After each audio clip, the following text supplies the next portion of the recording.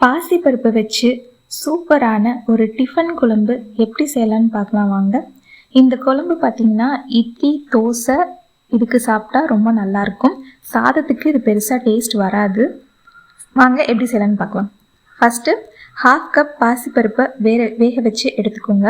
ஒரு ஜாரில் தேங்காய் 1/4 மூடி, 2 மீடியம் சைஸ் தக்காளி, 2 பட்டை, 2 கிராம்பு, 1 டீஸ்பூன் சோம்பு, 1/4 டீஸ்பூன் மஞ்சள் தூள், 1 டீஸ்பூன் சாம்பார் தூள், தேவையான அளவு தண்ணி சேர்த்து ஃபைன் பேஸ்ட்டாக அரைச்சி எடுத்துக்கோங்க.